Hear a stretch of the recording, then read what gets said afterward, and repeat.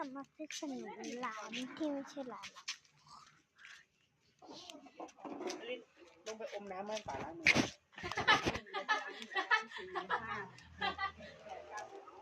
ขนมเนี่ย20 เดี๋ยวเอาก่อน มีส่วนร่วม ร่วมมันไม่ได้มี ข้าวใหม่สิ พ่อเรามา ขายดีเลยใส่ตลอดหนาวอ่ะ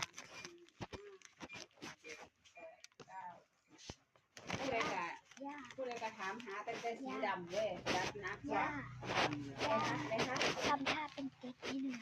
ฮะทำท่าสิ เสร็จแล้ว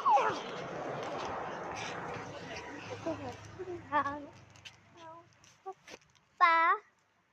ป๊าป๊าป๊าพ่อตาหายไปไหน กลับแล้วลูกกลับแล้ว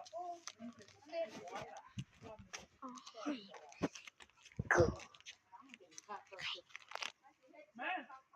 หนาวพอซื้อมาเนี่ย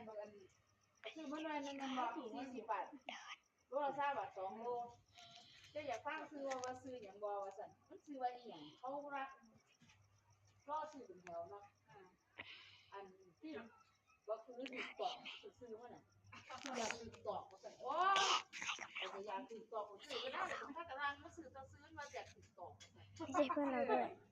มันต้องกินหมี่กันนี่กินก่อนนะเอาขออนุญาตกินนะกินเสร็จแล้วเอาอันนี้มาให้ก่อนกินอัน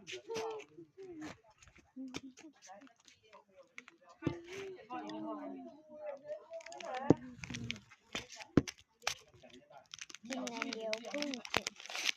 กินก็กินอีก1 อันเหลืออีกตัวนี้เหลืออีก2 อันนะแล้วเรากินไปอันนึงก็เหลืออีก1 อัน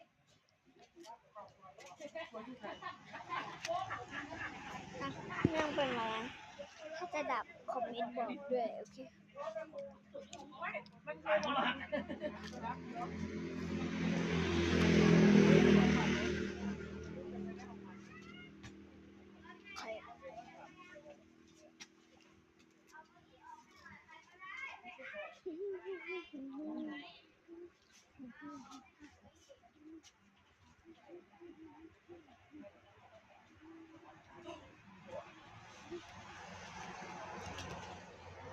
ก็ไม่เป็นไร